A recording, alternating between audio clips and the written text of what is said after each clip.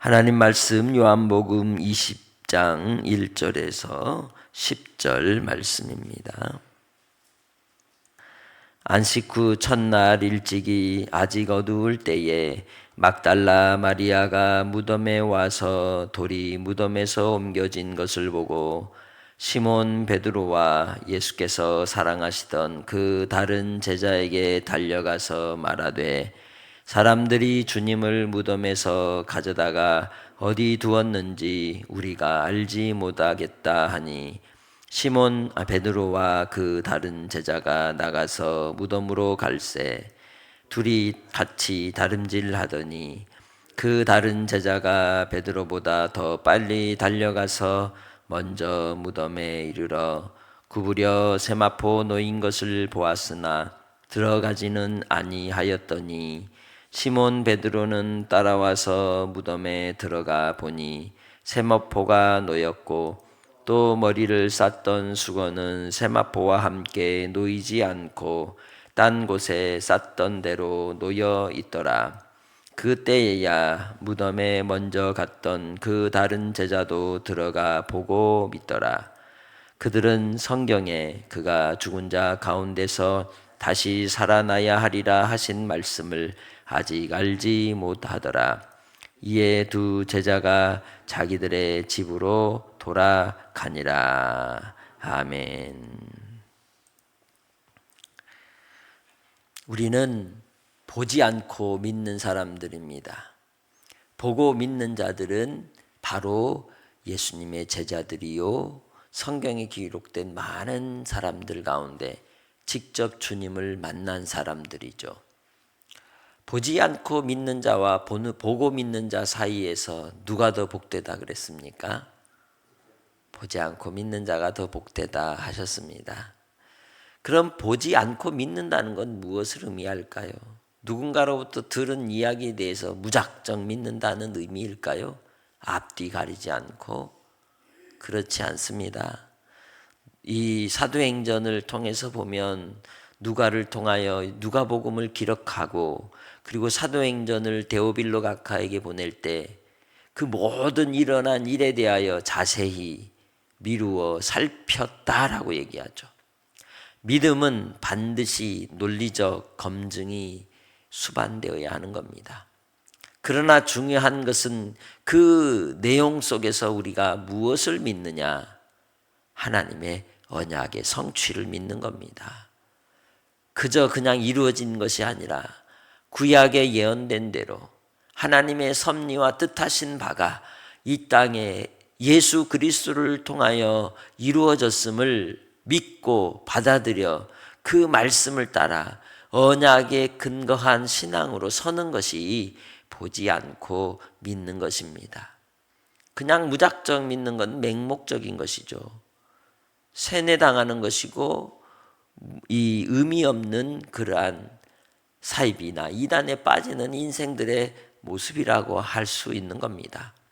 그러기에 항상 우리도 주의 언약의 말씀을 따라 성경 말씀을 따라 항상 우리의 믿음이 그러한가 하고 진리의 내용을 살피며 주님 안에서 더 확신을 가지고 살아가는 성도들이 되시길 바랍니다. 성경의 말씀을 통하여 그 진리의 내용이 확인이 되고 증명이 되면 우린 더 큰 신앙의 확신을 가지고 살아갈 수 있는 겁니다.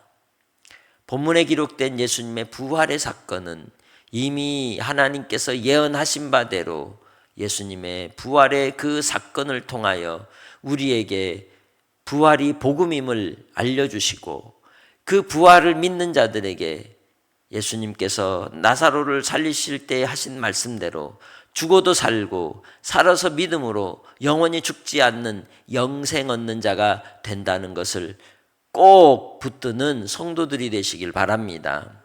그 부활의 현장에 가본 막달라 마리아와 그리고 베드로와 사도 요한을 통하여 우리에게 무엇을 지금 가리키고 있는 겁니까? 예수님은 부활하셨다. 예수님은 다시 살아나셨다. 그러기에 그 가리키는 곳에는 무덤에 뭐가 없더라? 예수님의 시신이 없더라는 거예요. 빈 무덤이라는 거예요. 단순히 누군가가 이 시신을 훔쳐간 게 아니라는 거예요. 신비롭게도 예수님의 누우셨던 그 자리에 감쌌던 세마포들이 있었다는 거죠. 그러기에 막달라 마리아와 베드로와 이 요한을 통하여 그 본 현장은 결국 봄으로 믿게 되었지만 그 본 것을 통해 언약을 기억하지 못하기에 보지 않고 믿는 믿음으로 가지 못했다는 걸 이야기하는 것이죠. 우리가 이 땅에서 예수를 믿을 때에 참된 우리의 신앙의 뿌리가 되는 진리의 말씀 안에서, 복음 안에서 항상 말씀 안에 견고하게 세워져 가는 성도들이 되시길 주의 이름으로 축복합니다. 그럴 때 정말 내가 보지 않고 믿는 자가 되는 겁니다. 나에게 기적이 일어나지 않아도 나의 일상 가운데 내가 믿는 믿음 자체가 기적인 것입니다. 하나님이 함께 하심의 증거인 줄 믿습니다. 예수님께서 예수님을 미혹하여 넘어뜨리려고 시험하는 자들이 와서 이야기할 때, 우리에게 표적을 보여주라 할 때 예수님은 뭐라고 얘기했습니까? 무슨 표적밖에는? 요나의 표적밖에는 너희에게 보여줄 표적이 없다고 하셨죠. 그 요나의 표적이 뭡니까?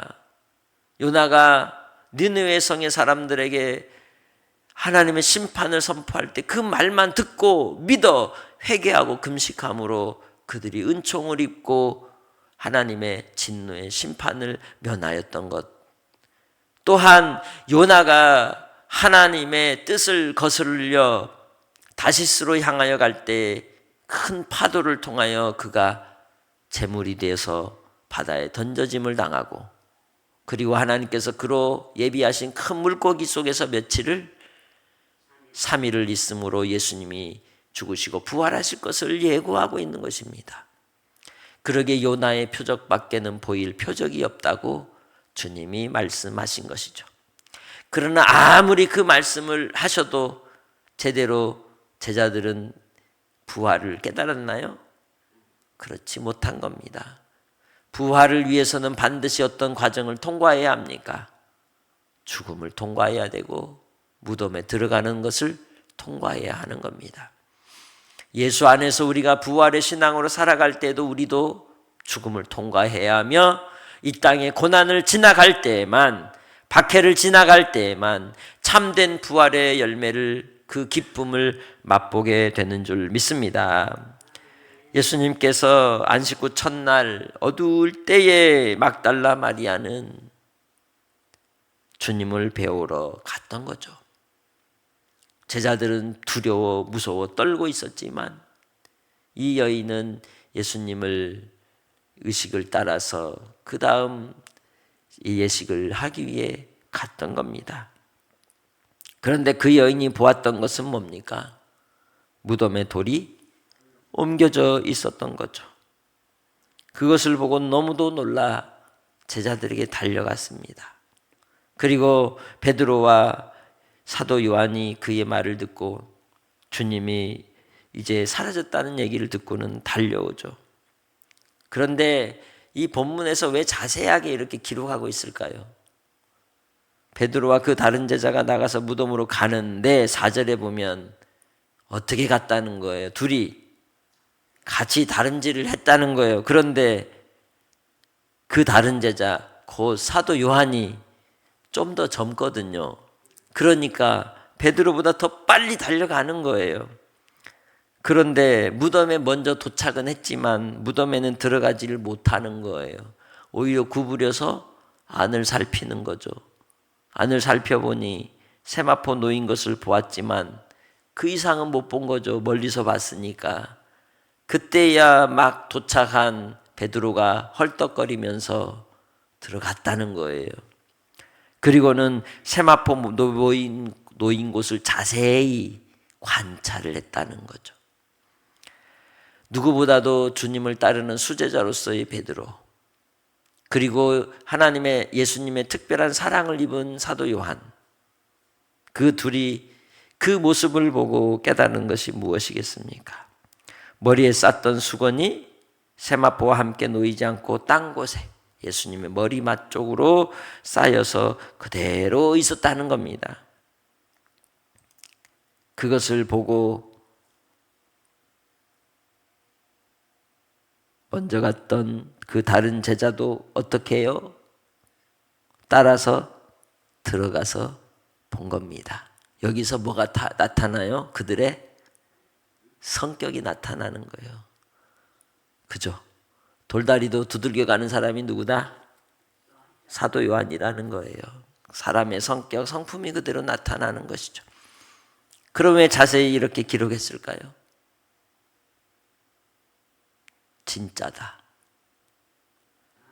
요한복음을 기록한 이유가 뭡니까? 예수 그리스도는 실제로 이 땅에 오신 하나님의 아들이시며 예수님은 말씀이셨고 이 세상을 창조하셨고 빛으로 오셨으나 어둠이 빛을 미워하였고 싫어하여 거부하였지만 예수님의 오심을 그리고 예수께서 이 땅에 오셔서 이루신 모든 십자가의 구속의 은혜와 하나님의 그 구원의 복음을 듣는 자마다 믿어 구원을 받고 하나님의 자녀가 되는 역사를 나타내 주신다는 것을 가리키고 있는 겁니다. 그 일은 꾸며낸 이야기가 아니라 실제로 역사적 사건이며 증인으로서 그 현장을 본 이들이 있었고 그들이 어떻게 예수님의 그 무덤으로 가는 현장으로 행동했는지를 기록함으로써 예수 그리스도는 진정 살아나셨다. 할렐루야. 예수 그리스도는 죽음을 이기시고 사망 권세를 이기신 우리 주님이 부활하셨음을 증거하고 있는 겁니다. 그러기에 부활하신 예수님, 아직 그 주님을 배웁지는 못했지만 베드로와 요한은 그 모습을 보고 믿었다는 거예요. 그러면 무엇을 믿었다는 걸까요? 현장을 보고 믿었다는 거예요. 예수님이 뭐 했다는 걸? 사라졌다는 걸. 왜? 10절에 뭐라고 얘기합니까? 그들이 성경에 그가 죽은 자 가운데서 다시 살아나야 하리라 하신 말씀을 아직 알지 못했다는 거예요. 예수님 분명 3일 만에 뭐 하신다고 하셨는데 부활하신다고 하셨는데 인간의 논리적 경험과 생각으로는 보기는 보았어요. 믿었어요. 그러나 그것은 부활을 믿은 게 아니에요. 뭘 믿었다고? 주님 없어졌구나. 그래서 10절에 9절의 말씀을 통해 부활에 대한 그 말씀에 대한 것을 알지 못하니까 그러니까는 아직 주님에 대한 온전한 구원의 주 되신 그 하시는 일을 모르는 거예요. 그래서 어떻게 합니까? 믿고 자기들의 집으로 돌아갑니다. 어떻게 갔을까요? 기뻐서 갔을까요? 코가 빠져갖고 가는 거죠. 그러나 주님은 누구를 만나 주셔요? 여전히 기다리고 있는 여인 막달라 마리아를 만나주지 않던가요? 봤어도 믿는 게 엉뚱한 걸 믿어요. 사라졌다. 여인의 말대로 누가 훔쳐갔나 보다. 이걸 믿는 거예요. 그러나 언약의 말씀이 이야기하는 우리에게 증언하고 있는 생명의 말씀을 통해 이미 가리키고 있음에도 불구하고 그 언약을 생각지 않으니까 말씀을 기억하지 않으니까 예수님이 그렇게도 말씀하셨음에도 불구하고 그들은 듣지 못하고 깨닫지 못했던 겁니다. 하나님께서는 우리에게 복음을 통하여 많은 증인들을 통하여 그리고 성경의 역사들을 통하여 끊임없이 참 하나님과 그의 보내신 예수 그리스도를 말씀하고 있음에도 불구하고 증언하고 있음에도 불구하고 가리킴에도 불구하고 의심이 샘솟듯 계속 이 세상을 오염하고 또한 미혹하고 회방하여 믿음 가운데로 나아가지 못하도록 하는 겁니다. 그러기에 보았음에도 불구하고 온전한 믿음 가운데 엉뚱한 믿음으로 서 있는 그들과 달리 그 주님을 기다리며 발을 동동 구르는 이 여인처럼 우리가 언약을 기억하고 기다리는 자가 되어서 비록 이 땅에서 우리가 보지 못할지라도 믿음은 바라는 것들의 실상이요 보지 못하는 것들의 증거라 하여 선진들이 그 믿음으로써 언약을 붙들고 갔던 것처럼 오늘 우리도 우리의 현실, 우리의 눈앞에 보이는 상황에 의해서 보고 믿는 자, 엉뚱한 믿음으로 무너지는 자가 아니라 진정 보이지 아니하시나 우리에게 말씀하신 하나님의 그 뜻을 따라서 주님의 나라와 의를 구하며 살아감으로써 하나님께 칭찬받고 인정받는 삶으로 하나님이 귀히 여기는, 하나님이 동행하는 여러분의 삶이 되시기를 주님의 이름으로 축복합니다. 이렇게 말씀을 듣고 하루를 시작해도 또 일상의 삶을 돌아가면 또 눈에 보이는 대로 판단하고 생각하고 넘어지고 미혹을 당하는 거죠. 그러나 주님 말씀으로 다시 우리 자신을 추스리시기 바랍니다. 언약을 따라서 하나님이 일하신다는 거예요. 역사의 주인은 하나님이십니다. 오늘 우리 이 땅에서 여러분의 삶의 자리에서도 여전히 주님이 우리를 붙드시고 주관하신다는 거예요. 그러면 내 영혼의 평안을 빼앗을 수 있을까요? 결코 누구도 빼앗을 수 없습니다. 사망도 생명도 높음도 깊음도 다른 어떤 피조물도 그리스도 예수 안에 있는 하나님의 사랑에서 우리를 끊을 수 없기에 생명의 성령의 법을 따라 죄와 사망의 법을 이기며 주님 안에서 하나님께 속한 자로 주님 안에 거하여 하나님이 주시는 기쁨을 누리며 살아가는 오늘 하루가 되시기를 주님의 이름으로 축복합니다. 하나님 아버지 감사합니다. 우리를 향한 주의 신실하심을 찬양합니다. 우리가 과연 믿는다 할 때의 그 믿음이 온전한 믿음이었는지, 보는 것으로만 들리는 것으로만 우리가 오해하며 사는 인생은 아닌지 살펴봅니다. 생명의 언약의 말씀, 진리의 말씀 안에서 우리의 믿음이 근거가 되게 하시고 오직 주 예수로 말미암아 끝까지 하나님 나라를 소망하며 주로 삼고 이 땅에서 신앙의 경주 속에 승리하게 하옵소서. 오늘 한 날을 아버지께 의탁합니다. 주께서 역사하여 주시고 영혼 구원의 역사를 이루시옵소서.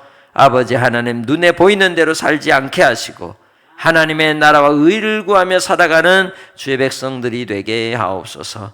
감사 영광 돌리옵고 예수님의 이름으로 기도합니다. 아멘.